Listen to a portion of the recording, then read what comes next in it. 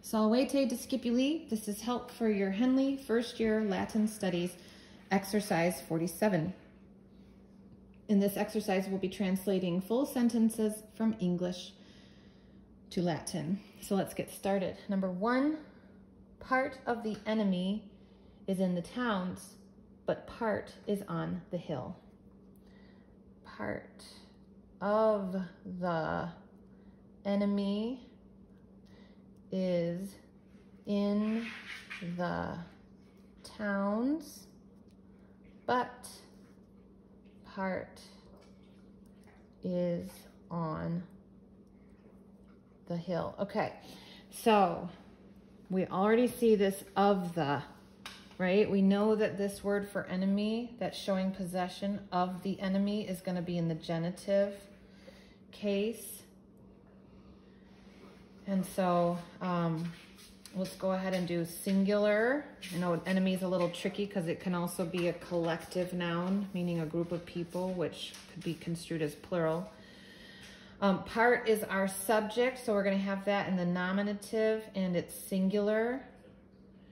Is the verb. And it's third person and it's singular, so that's going to be translated est. In is a preposition. And we know that in takes the object of the preposition for in takes the ablative, so we can assume that we're going to translate the word towns as an ablative, and it's plural noun. Okay, but is a conjunction that we know, a coordinating conjunction that we know, said.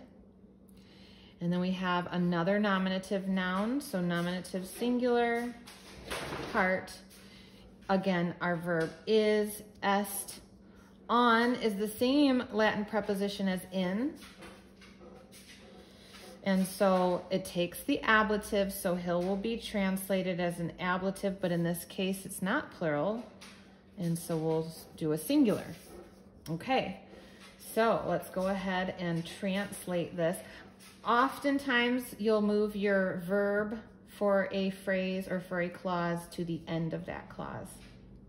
So let's go ahead and do that as we translate. So our nominative singular form of the word part is parse.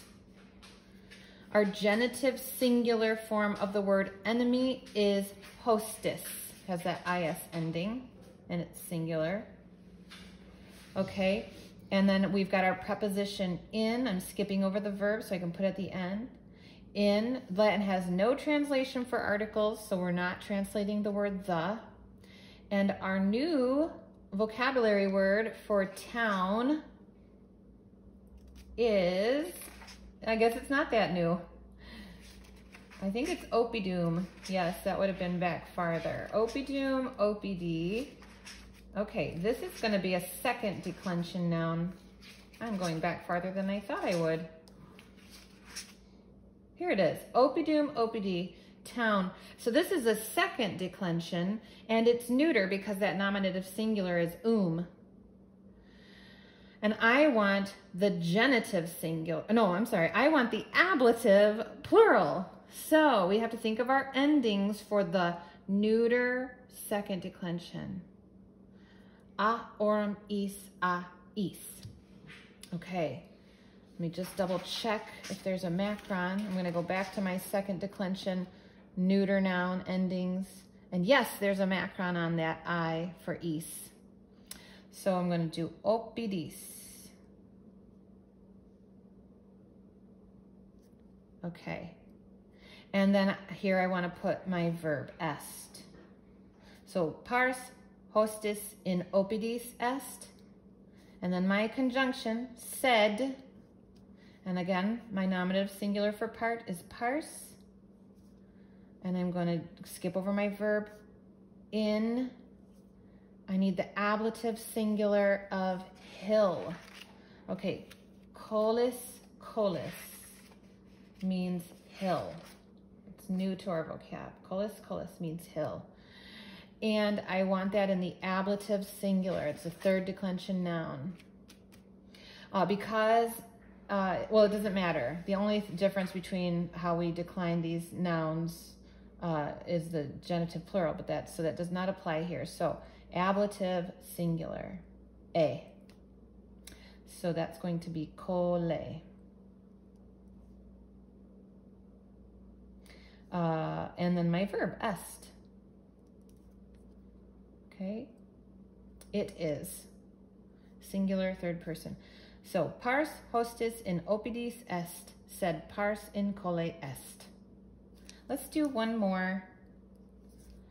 These are getting so fun. All right, so we're on exercise 47, number 2. On account of the slaughter of the leaders of the tribe, the Gauls do not praise Caesar. On account of the slaughter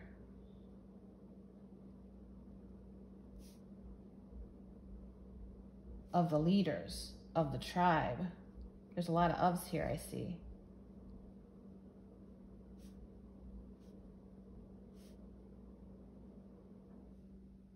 Comma. The Gauls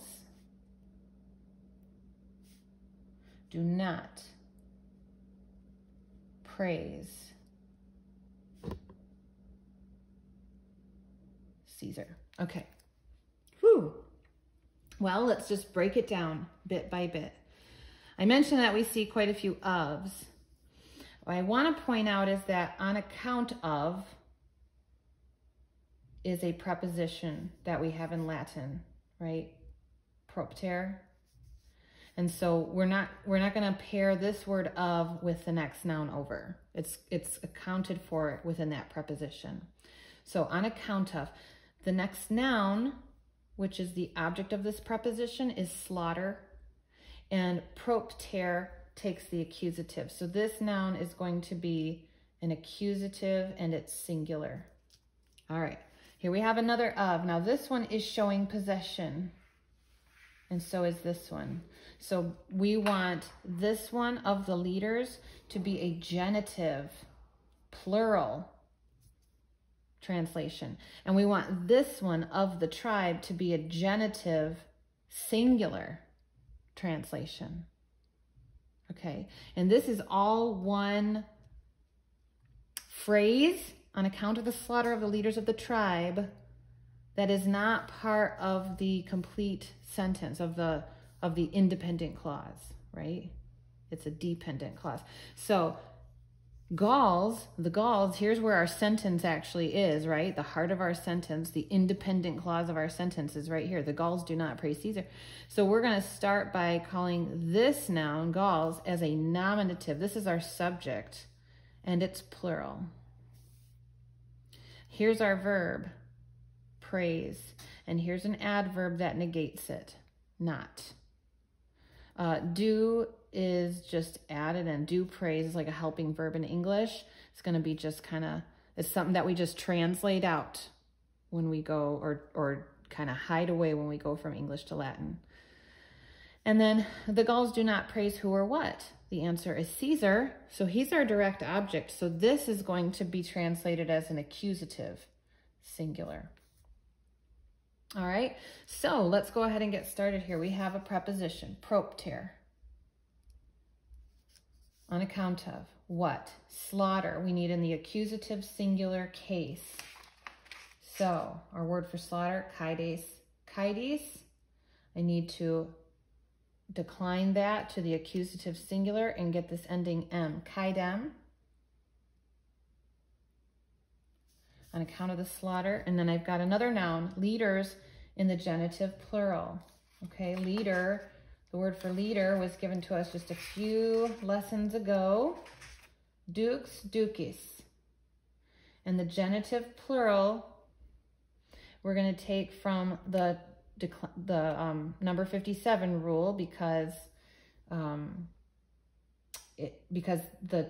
nominative singular, genitive singular have different syllable counts, and the stem does not have two consonants. So it's most nouns in the third declension would be declined this way. So. All right, so the genitive plural, ducum. And then of the leaders of the tribe. All right, tribe, the word for tribe here is so helpful if you just memorize these things. Gens, gentis, tribe. and it's genitive and it's singular, and so it's going to be gentis.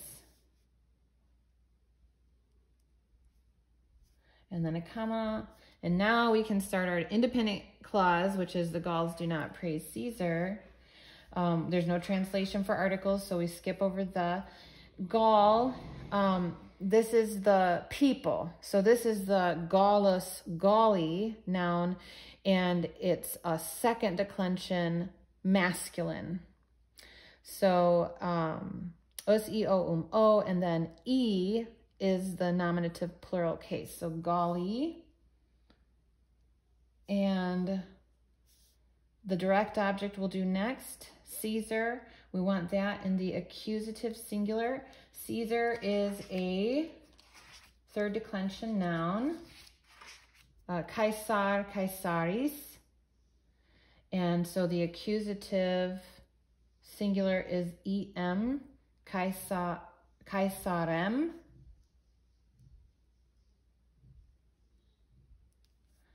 And then known, we're going to go ahead and negate our verb ahead of time. Known, and then they praise. This is going to be a plural verb, so laudant.